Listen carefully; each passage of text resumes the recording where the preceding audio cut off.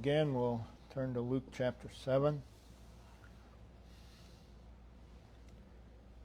And once again, we'll read verses 11 through 17.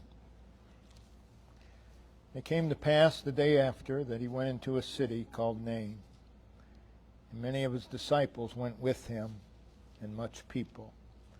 Now when he came nigh to the gate of the city, behold, there was a dead man carrying out the only son of his mother, and she was a widow, and much people of the city was with her. And when the Lord saw her, he had compassion on her, and said unto her, Weep not. And he came and touched the bier, and they that bare him stood still. And he said, Young man, I say unto thee, arise. And he that was dead sat up, and began to speak. And he, Jesus, delivered him to his mother. And there came a fear on all, and they glorified God, saying, The great prophet is risen up among us, and that God hath visited his people. And this rumor of him went forth throughout all Judea, and throughout all the region round about. Again, this is the record of Jesus entering and interrupting the life of a widow mother who was on her way to the cemetery to bury her only son. It's the record of Jesus entering and interrupting the death of her only son. And it's all in accord with the plan and the timing of God. We read in verse 12, Now, when he came nigh to the gate of the city, behold, there was a dead man carried out. All of this at the exact second of his providential timing. The man died at the appointed moment. The people got him ready for burial at the right moment. They head to the cemetery at the right moment. They have the right pace. Jesus heads to Nain at the right moment. All of this so these two processions can meet at the gate of the city. In verse 14, and he came.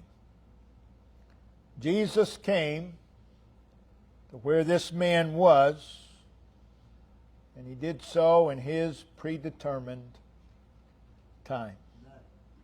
So it's Jesus heading to a particular city.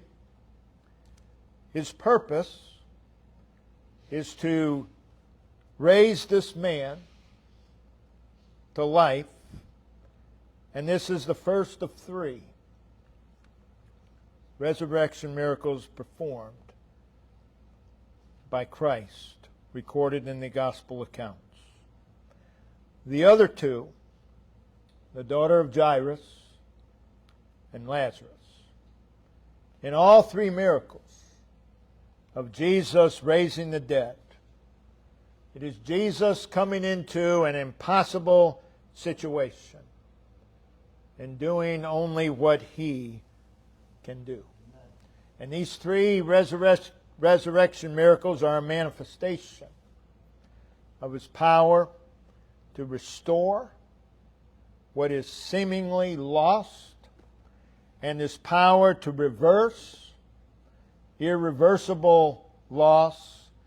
And it is a manifestation that there is no situation beyond his power.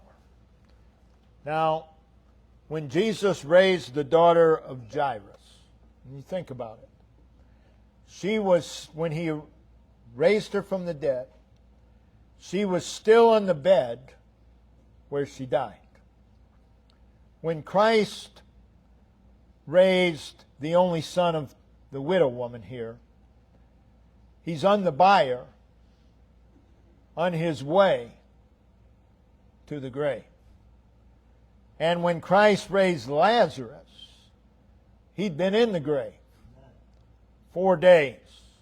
So 3 astounding miracles of resurrection with varying lengths of time that the individuals had been dead. And these reveal that Christ can raise the dead regardless. And this serves as a reminder that Christ can save a sinner no matter how old he or she is, and no matter how deep in sin they are. Jesus Christ is able. The most profound of all miracles performed by Jesus Christ during His earthly ministry are those in which He brought the dead to life. And in this event, recorded only by Luke, Jesus uses the event of a funeral to bring new life, new hope to a widow woman. Again, the miracles are a presentation. They are a variety of pictures. And in these there are beautiful pictures, there are instructive pictures, there are sad pictures of human suffering, human need. And in all these miracles, first and foremost, there is the presentation of Jesus as the all-sufficient one and the need of all mankind.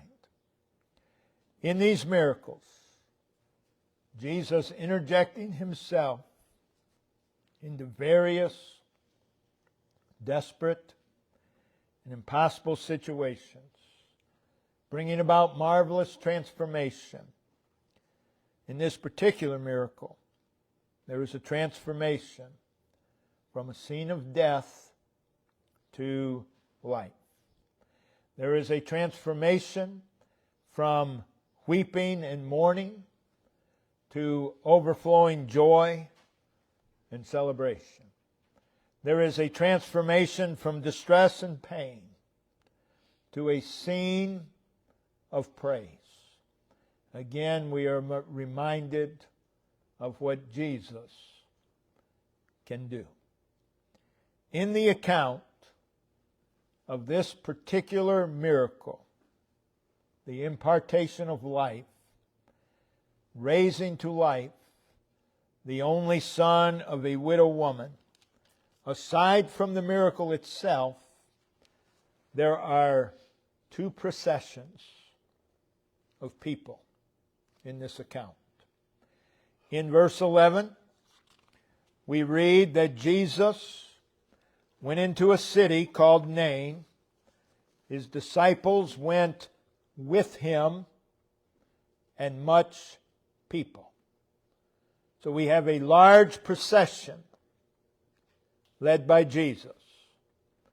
In verse 12, we read now, that is, has a consequence of the fact that Jesus went into the city called Nain, when He and the procession that was following Him came nigh to the gate of the city, behold, again an intention getting word, behold, and what our attention is drawn to is an event involving another procession of people. Notice there was a dead man carried out. One procession going into the city, one procession going out of the city. The only son of his mother, she was a widow, and much people of the city were with her. Another procession of people. So in the account, there are 2 processions of people. In verse 11, there is a procession, notice the words, with Him. A procession of people with Him. In verse 12, there is another procession. And notice the words, with her. With Him, with her. And these two processions of people, one going into the city, one coming out of the city, these two processions converge, they intersect at the gate of the city. And then the text goes on to record the miracle of transformation that took place from that point. These two different processions serve as a picture of life. Looking at these two processions, we need to ask ourselves, with which of the two do we most identify? One with Him, one with her. We need to ask ourselves.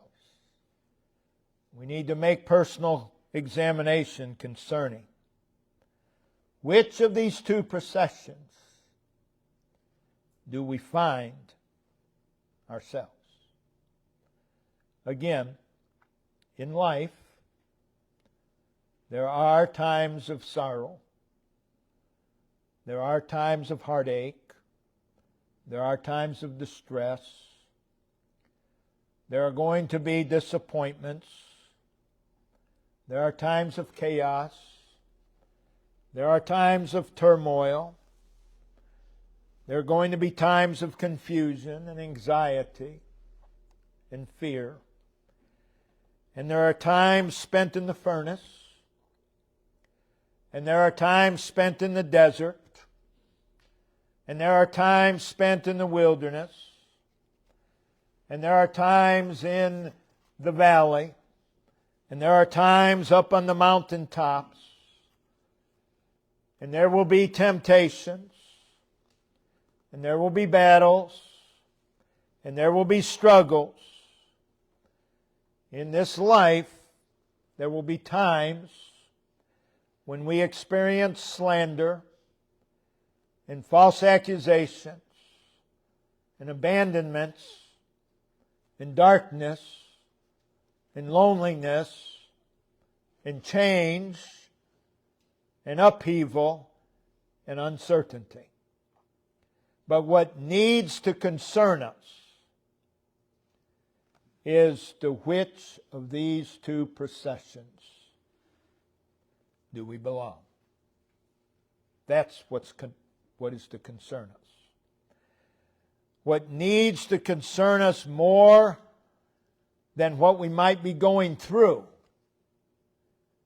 is which of these two processions most mark and identify our life. Again, two processions. One going into, one coming out of. And throughout earthly life, we will find ourselves entering into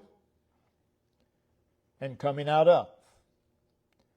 We may find ourselves coming into a time of joy, coming out of a time of sorrow, or vice versa. We may find ourselves coming into a time of affliction and distress, coming out of a time of great relief, or vice versa. We may find ourselves coming into a time of health and coming out of a time of sickness, or vice versa. We may find ourselves coming into a time of great gain, or we may find ourselves coming out of a time of great loss, vice versa, or vice versa. We may find ourselves coming into a time of calm, Or you may find yourself going into a time of storm, or vice versa. We're always coming into something, going out of something. But we're always entering into, always coming out. But what we need to ask ourselves, what we need to make personal examination of, is which procession marks our lives. So we're going to look at these two processions. Several points about them. Both processions are following somebody. And so it is with us. We're always following somebody. The one is a funeral procession. In this situation, the widowed woman is leading the way, followed by those carrying the dead body of her only son, followed by other mourners. This woman, she's powerless. She's helpless.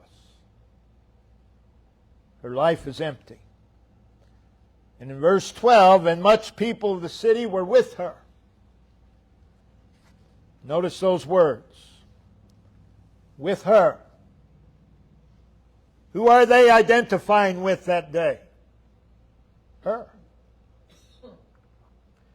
They are following and identifying with her. With her. Christ is not in their midst at this point. They are traveling the road to the cemetery. And they're doing so without Christ. That's true of every unsaved individual.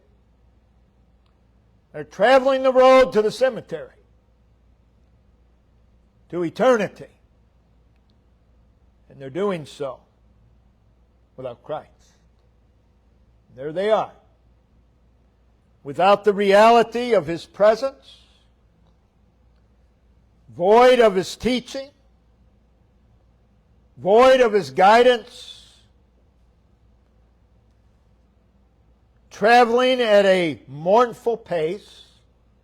A funeral procession doesn't move at 70, 80 miles an hour. It's a mournful pace. Without the reality of who Jesus is, without the reality of His love, without the reality of His care and His peace, but very much aware of the reality of their circumstance. Everyone in that procession knew this is a funeral procession. They know that. The funeral procession, the only son of a widow. And they can see and they can feel the reality of the situation. But it's all without Christ. The other procession is led by Jesus. Again, verse 11, many of His disciples went with Him. With Him. With Him. And much people. Now the implication of this is not that this procession with Jesus are all saved people. We're not implying that. But there are points of application that need to be made to every saved individual. Now note the word, Him. That's what marks this procession. Him. They are with Him. Everything that He is included in that word. Him. They are with Him. He is eternal. He is immutable. He is infinite. He is omniscient. He is all-sufficient. He is the one in whom is all fullness. And these are with Him. Again, we're not saying they're all saved. That's not what we're saying. But there's points of application here. They are together with Christ. That means they're in the same place. They're walking in the same direction as Christ. And they're doing so at the same pace as Christ. They are with Him.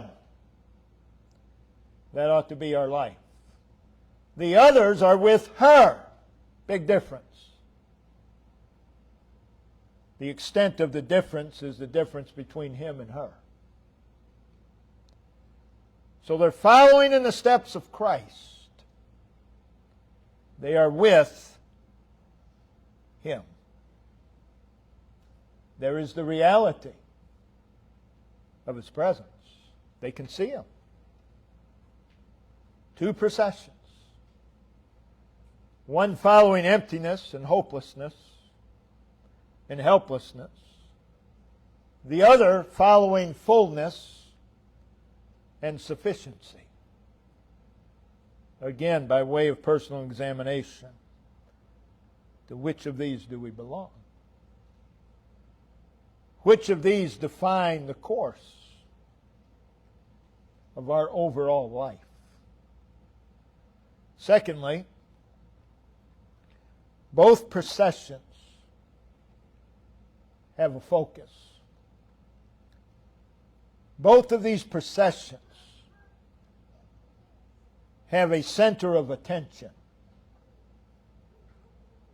Both of these processions have a point of emphasis. Both of these processions have a priority. Both of these processions have a subject or main concern. Again, the one is a funeral procession.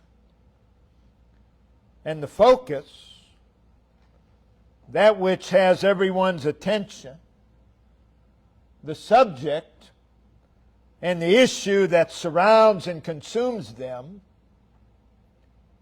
is death. And death and sadness has gripped their lives. And there they are.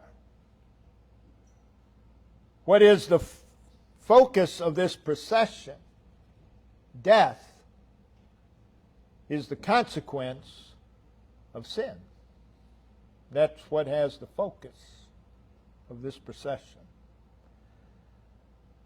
That which is dreary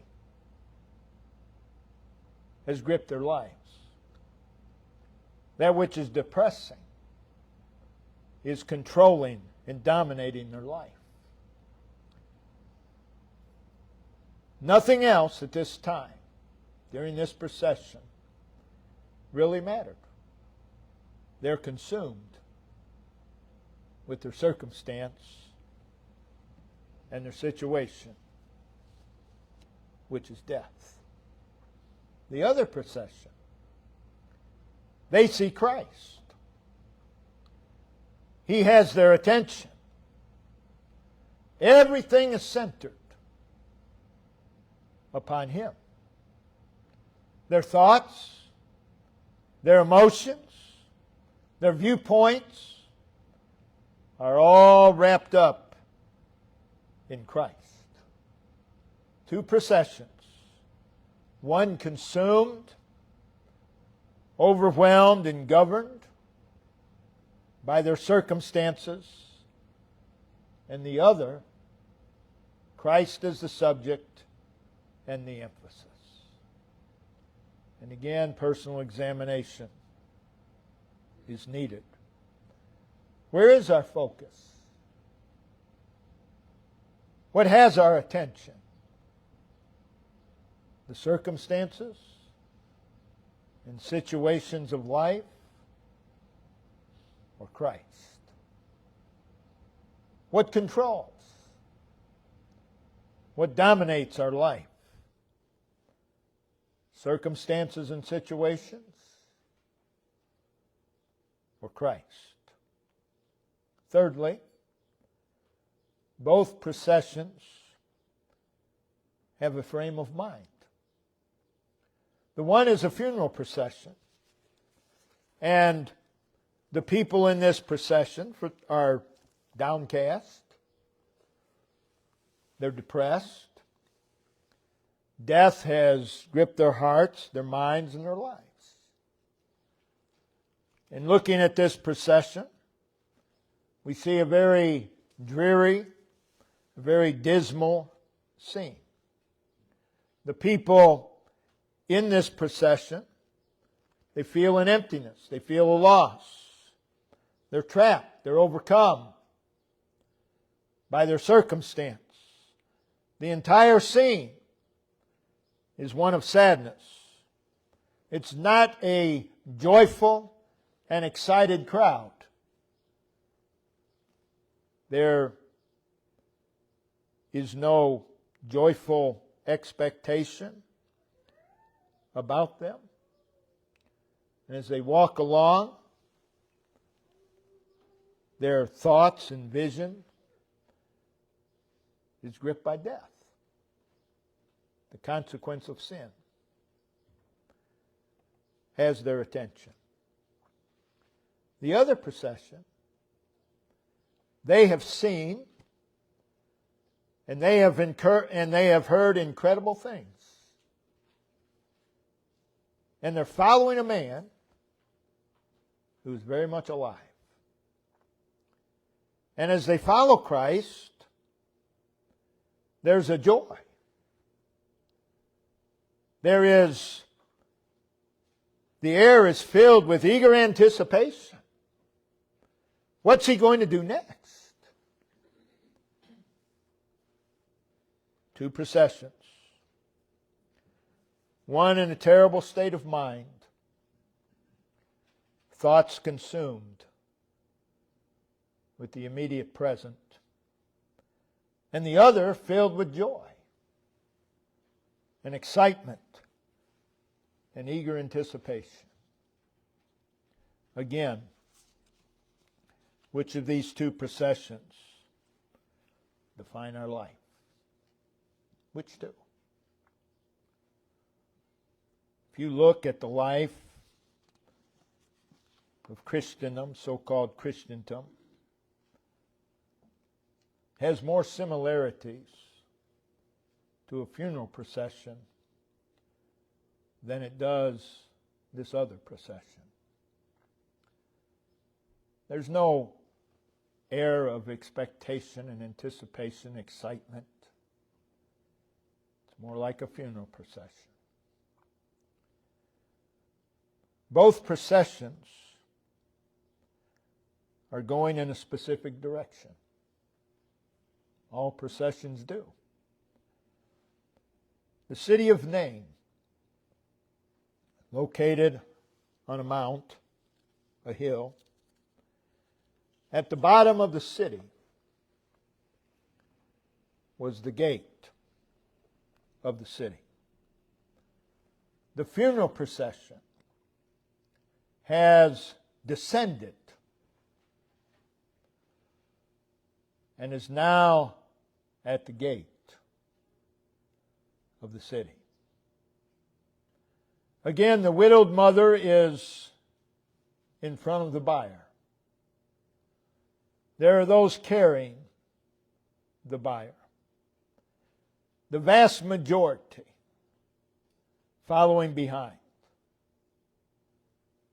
They're following death. And they've made their way down. They have made the descent. And they are looking and they are headed toward, their attention is upon the graveyard. And all the dread that fills the heart of this widowed mother. They do not have Christ in their midst. They do not have His guidance. They do not have His teaching. And theirs is a downward journey. They are descending. Look at the lives of many who profess to be saved. And their lives are one of descent, not ascent. Because they belong to this procession. Their focus, their attention is upon death, upon the graveyard, and they journey downward. Their frame of mind is one of depression. Their frame of mind is one of gloom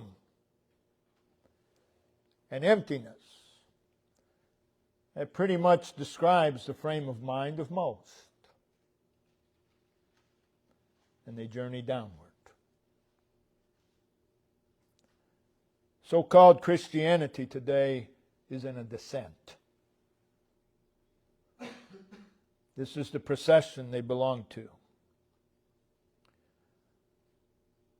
Many like them live their lives in weariness,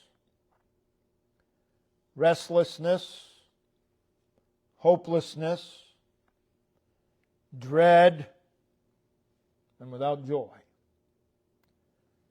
And they are headed in the direction of emptiness. The other procession is following Christ. Again, we're not saying they're all saved. There's just points of application. Their attention is upon Him. He's the subject of their conversation. They are moving in the opposite direction of the other procession. The other procession is descending. This procession is ascending. Our spiritual life ought to always be ascending, not descending. They're moving in the opposite direction of the other procession. Two processions headed in two different directions. One descending, one ascending. Which direction are you going? Well, that depends on who you're following. Are you with her? Or are you with him? Be careful who you identify with. To which of these two do we belong? Is our life marked by spiritual decline or spiritual ascension? What is the spiritual direction of our life?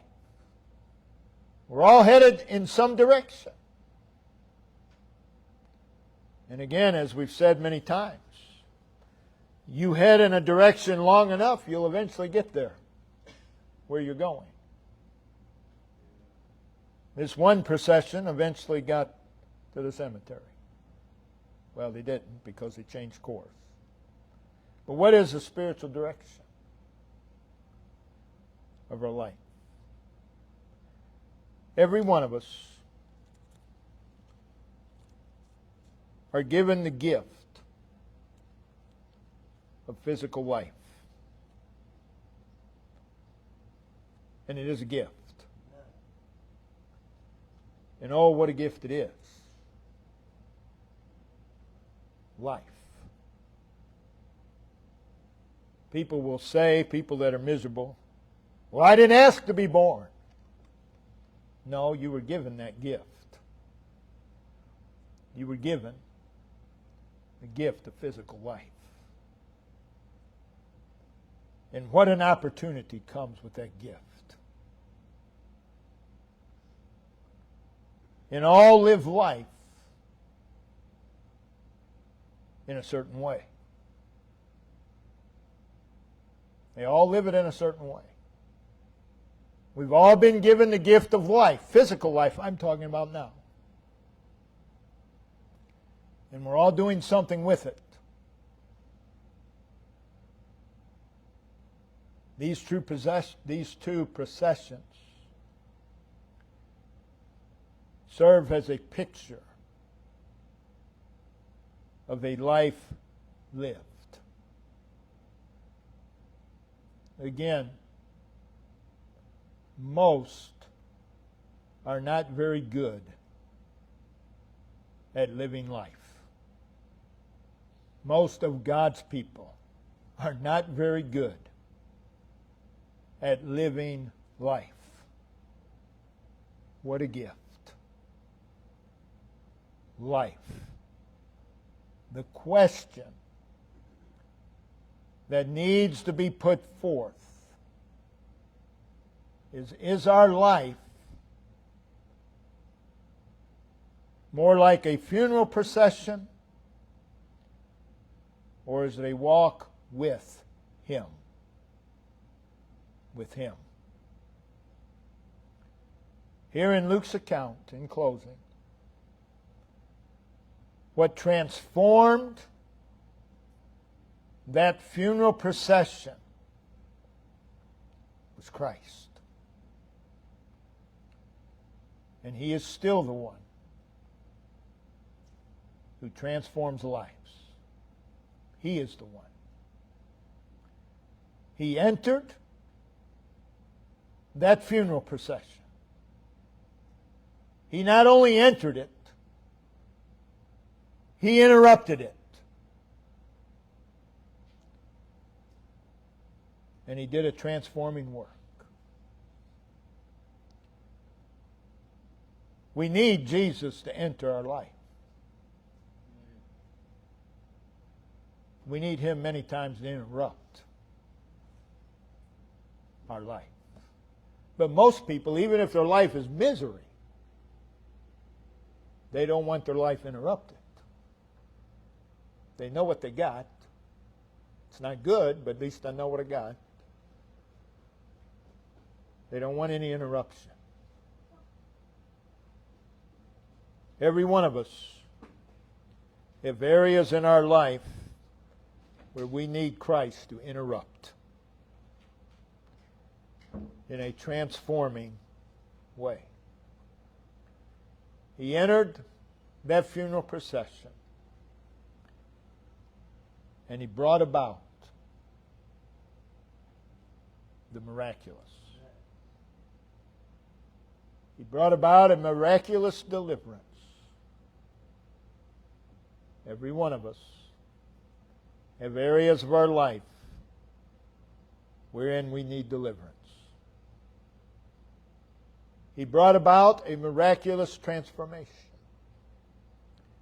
Every one of us have areas in our life, every area of our life really, that needs change. He brought about miraculous satisfaction.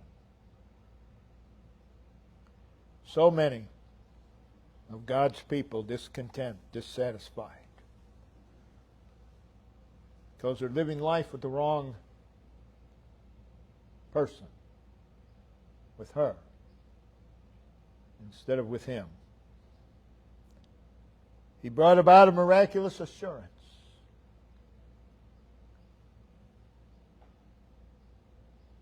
He changed their gloom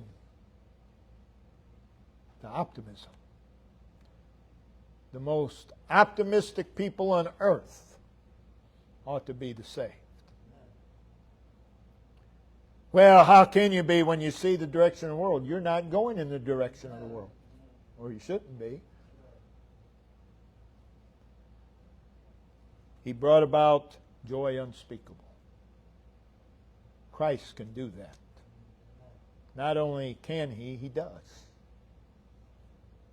We need Jesus to enter and to disrupt our lives. I would love to see, one more time, Jesus Christ disrupting the church service. I mean disrupting the church service. Well, that's not how we do things around here. I know that's the problem. We need Jesus to enter and to disrupt what we do in God's house. Brother Dave, if you come and lead us